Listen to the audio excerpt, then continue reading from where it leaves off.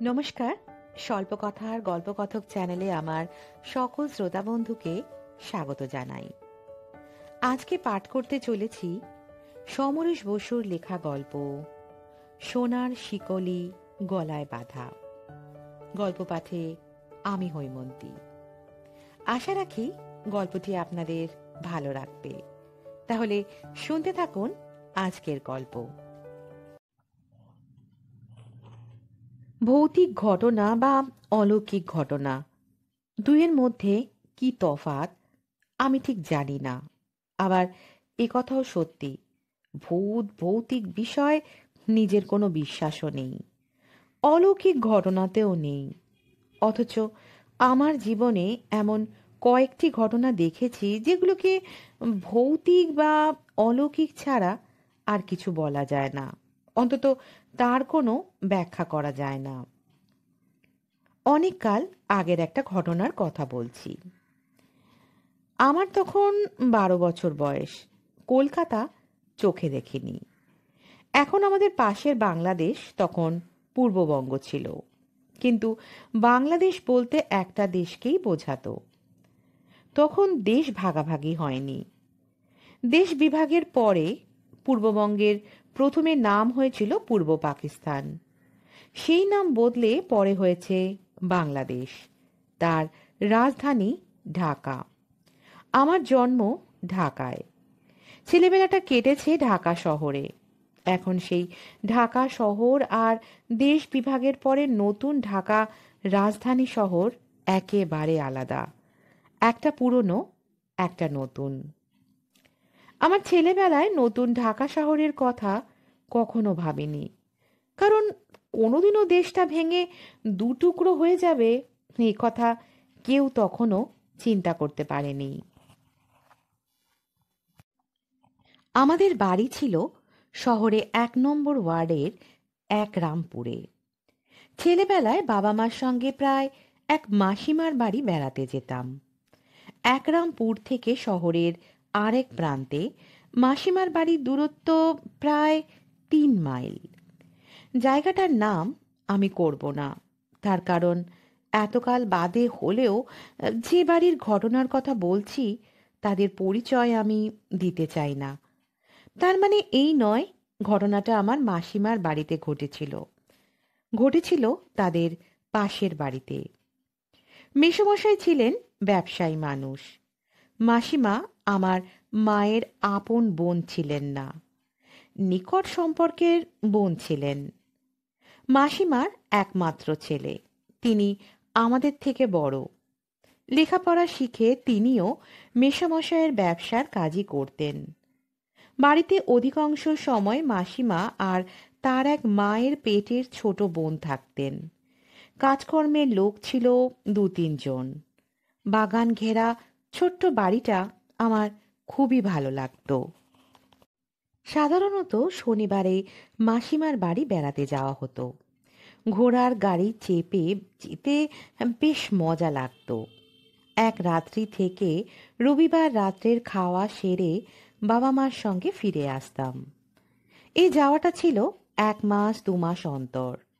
মাসিমা মেসোমশাই মাঝে মাঝে আমাদের বাড়ি আসতেন।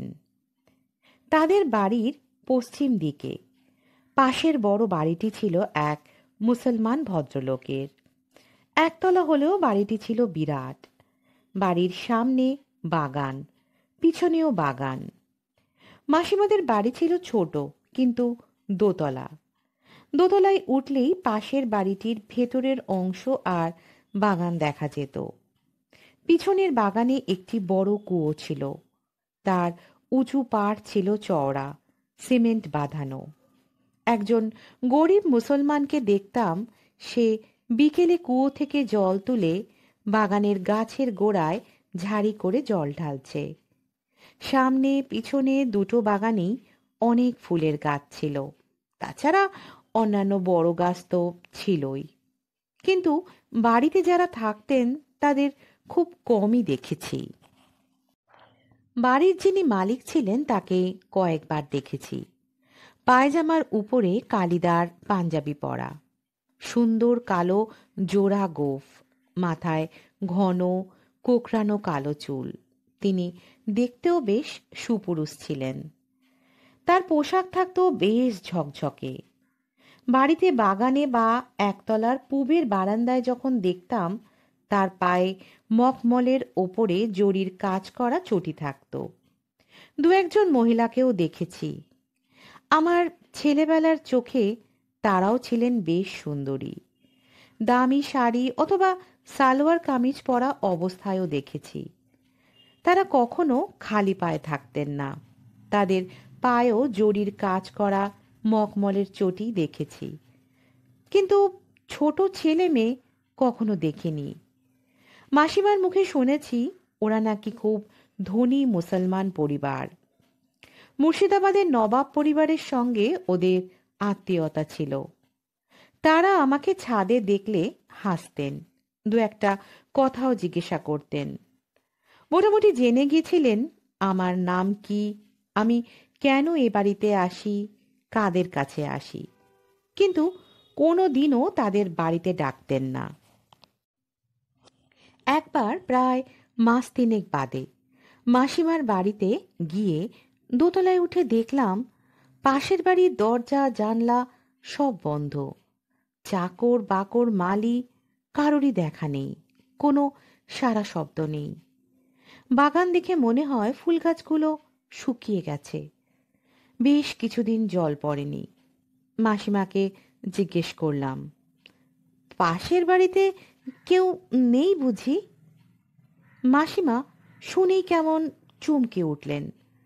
তারপরেই নিজেকে সামলে নিয়ে বললেন, না, ওরা দিল্লিতে বেড়াতে গেছেন, কবে ফিরবেন কোনো ঠিক নেই। বাড়িটা এখন বন্ধ হয়ে পড়ে আছে। কেন জানি না, বাড়িটার সম্পর্কে আমার বরাবরই একটা কৌতূহল ছিল। বাড়িটা দেখতে একতলা দুর্গের মতো। ছাদ থেকেই দেখতাম। বারান্দা বা ভিতরের মেঝে নানা রঙের পাথরের তৈরি। ছাদের ওপরে ছোট ছোট মিনারগুলো দেখলে নবাব বাদশার বাড়ি বলেই মনে হতো। আমার খুব ইচ্ছে করত বাড়িটার ভেতরে ঢুকে দেখে আসি। সেবারে বাড়িটাকে ফাঁকা দেখে নিজের কৌতূহল আর দমন করতে পারলাম না। বন্ধ বাড়িটা আর বাগান ঘুরে দেখে আসবো ঠিক করলাম। রবিবার দুপুরে খাওয়া দাওয়া মিটে যাবার পরে বাবা, মা, মাসিমা আর তার বোন সবাই যখন গল্প করছেন, আমি তখন মাসিমাদের পিছনের বাগানে গেলাম। পাশের বাড়ির পাঁচিলটা এদিকে খুবই নিচু। বড়রা পাঁচিলের পাশে দাঁড়ালে বুক সমান। আমি পাঁচিল টপকে পাশের বাড়ির বাগানে নামলাম।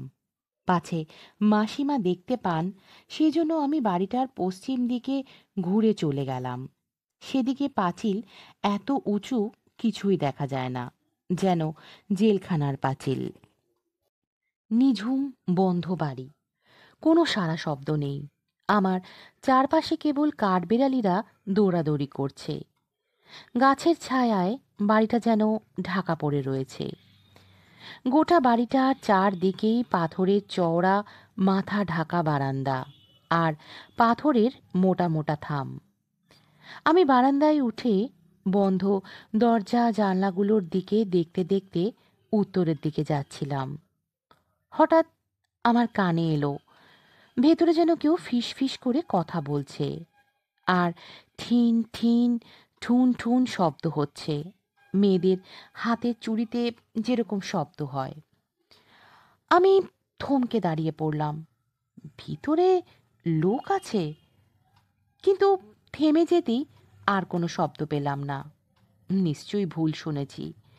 কাঠবিড়ালিগুলো গাছে গাছে নিচের শুকনো পাতায় ছুটে বেড়াচ্ছে বলেই বোধহয় এরকম শব্দ হচ্ছিল। কিন্তু আবার আমি পা বাড়াতেই আবার সেই রকম শব্দ পেলাম, আর নাকে একটা মিষ্টি গন্ধও ভেসে এলো। তারপরেই আমি এক্কেবারে হতভম্ব। দেখলাম একটা জানলা খোলা। খোলা জানলা দিয়ে ভেতরে তাকিয়ে দেখি বড় একটা আয়নার সামনে দাঁড়িয়ে এক মহিলা সাজগোজ করছেন। আমার খুব লজ্জা আর ভয় হলো। দেখতে পেলে কি ভাববেন নিশ্চয়ই মাসিমাকে বলে দেবেন, আর আমি বকুনি খেয়ে মরব। তাড়াতাড়ি চলে যাবার জন্য পা বাড়াতেই তিনি আমার দিকে তাকিয়ে হাসলেন। তাকে আমি আগেও দেখেছি। ঘরের মধ্যে আব ছায়ায় তাকে যেন আরো সুন্দর দেখাচ্ছিল। বয়স তার মাসিমার ছোট বোনের মতোই হবে। তিনি আমার দিকে তাকিয়ে হাসতে হাসতে সোনার একটা বড় চেন কোমরে বাঁধছিলেন। ভাবছিলাম এখনই আমাকে বকে ধমকে উঠবেন। আমি তাড়াতাড়ি চলে যাবার জন্য পা বাড়াতেই তিনি হাত তুলে আমাকে থামতে ইশারা করলেন। আমি থেমে গেলাম। ভাবলাম হয়তো কিছু বলবেন। তাছাড়া তার মুখে রাগ ছিল না, তিনি হাসছিলেন। তিনি আমাকে হাতছানি দিয়ে ভেতরে ডাকলেন। কিন্তু কি করে যাব? দরজাগুলো তো সব বন্ধ। আমি কিছু জিজ্ঞাসা করবার আগেই তিনি যেন আমার মনের কথা বুঝতে পারলেন। তারপর হাত তুলে আঙ্গুল দিয়ে উত্তর দিকেই ইশারা করলেন। আমি ভাবলাম এদিকে বোধহয় কোনো দরজা খোলা আছে। আমি উত্তর দিকেই যাচ্ছিলাম, আর ভাবছিলাম মাসিমা কি জানেন না এ বাড়িতে উনি আছেন? অথচ আমাকে বললেন সবাই দিল্লি চলে গেছেন। উত্তর দিকে কয়েক পা গিয়ে দেখলাম আর একটা জানলা খোলা। ভিতরে তাকিয়ে দেখলাম সেই মহিলা একটা খাটের কাছে দাঁড়িয়ে আছেন। তার জামা কাপড় এর মধ্যেই বদলে গেছে। তিনি আঙ্গুল দিয়ে খাটের দিকে দেখালেন। আমি খাটের দিকে তাকিয়ে প্রথমে কিছুই দেখতে পেলাম না। তারপরেই যেন খাটে কোথা থেকে আলো এসে পড়ল। সেই আলোয় দেখলাম একই মহিলা খাটের ওপর আলু থালু হয়ে শুয়ে আছেন। তার মুখ হা করা, চোখ দুটো খোলা, আর গলায় পেঁচিয়ে জড়ানো সেই সোনার শিকলটা। দেখেই বুঝলাম উনি মরে গেছেন। ওর ঠোঁটের কষে রক্ত বইছে। খাটের পাশে তাকিয়ে দেখি জীবিত মহিলা আর নেই। আমার সারা গায়ে কেমন কাঁটা দিয়ে উঠল। আমি এক ছুটে বারান্দা থেকে নেমে বাগানে গেলাম। পাঁচিল টপকে একেবারে মাসিমার বাড়ির বাগানে। মাসিমাও তখন আমাকে খুঁজতেই বাগানে এসেছিলেন। ছুটে গিয়ে মাসিমাকে জড়িয়ে ধরলাম। আমি তখন দরদর করে ঘামছি, আর ঘন ঘন নিঃশ্বাস পড়ছে। মাসিমা আমাকে জড়িয়ে ধরে জিজ্ঞেস করলেন, কি হয়েছে রে? আমি তাকে সব বললাম। মাসিমা আমাকে নিয়ে তাড়াতাড়ি বাড়ির ভেতরে গেলেন। জল নিয়ে আমার চোখ মুখ ঘাড় গলা ধুয়ে দিলেন। তারপর বেশ গম্ভীর স্বরে বললেন, যা দেখেছিস সবই বাজে। ও বাড়িতে কেউ নেই, আর ওভাবে কারোর বাড়ি যাওয়াটা খুবই অন্যায় হয়েছে। পরে দেখেছিলাম বাবা মা মাসিমা আর মাসিমার বোন চুপি চুপি কি সব আলোচনা করছিলেন, আর পাশের বাড়ির দিকে তাকাচ্ছিলেন। মা আমাকে মাসিমার ঠাকুর ঘরে নিয়ে গিয়ে ঠাকুরের পায়ের চন্দন আমার গায়ে বুকে মাখিয়ে দিয়েছিলেন। পরে শুনেছিলাম পাশের বাড়ির সেই মুসলমান মহিলা কোমরে পরার সোনার শিকলি গলায় জড়িয়ে আত্মহত্যা করেছিলেন। কিন্তু আমি কি করে ওই রকম ঘটনা দেখেছিলাম তার কোনো ব্যাখ্যা আজও পাইনি।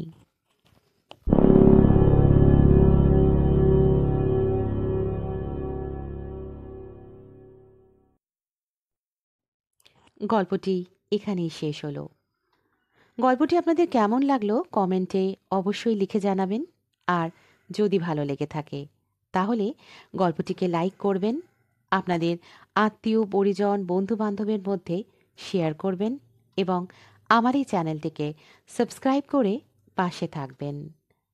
আজকের মতো এখানেই বিদায় নিচ্ছি। হাজির হব আবারও একটি নতুন গল্পের সাথে। ভালো থাকবেন, সুস্থ থাকবেন।